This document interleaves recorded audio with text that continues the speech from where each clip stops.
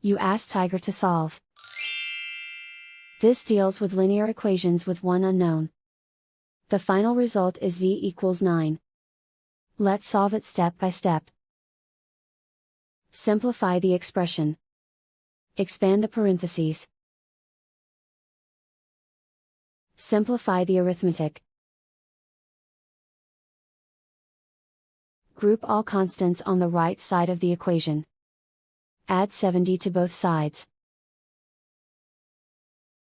Simplify the arithmetic.